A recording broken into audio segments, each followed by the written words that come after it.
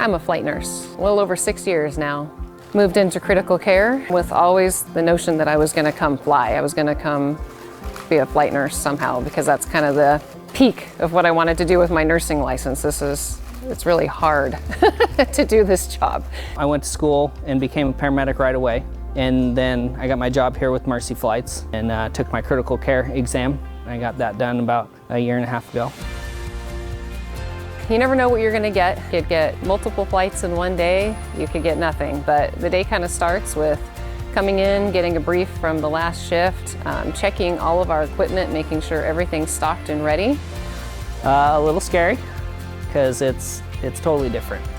The helicopter is more similar to the ground ambulance than the airplane, but for the most part, it's like starting all over again.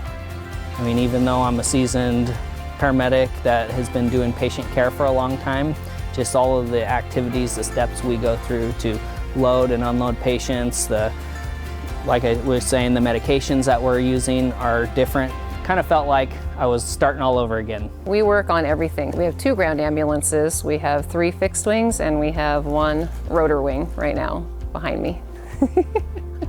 Like the primary role in the plane, a lot of the time they do a lot of the questioning at the hospital, they do a lot of the interviewing of the patient, and then they work on the charting, while the secondary person a lot of the time is setting up the equipment, doing the interventions that have been asked, by the primary person to do. The thing that's challenging about this is we have a very confined space, so we function almost like a little mini ICU, so to speak. Our pumps are triple pumps. Sometimes we have patients on 10 drips, the ventilator, an art line, an intracranial pressure monitor in their head, in a very tight space. Kind of like this. So I have good access, to the head, to the feet of the patient. So the primary person typically sits here. They have access to all the medications. The monitor mounts up there on that pole. And then as they see a need for something, they hand it to me, and then I give it.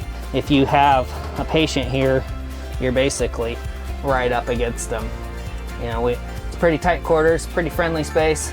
It's not a spot for people that are claustrophobic. Multiple flights in one day, you could get nothing, but the day kind of starts with coming in, getting a brief from the last shift, checking all of our equipment, making sure everything's stocked and ready. We'll get toned out and off we go on our next adventure.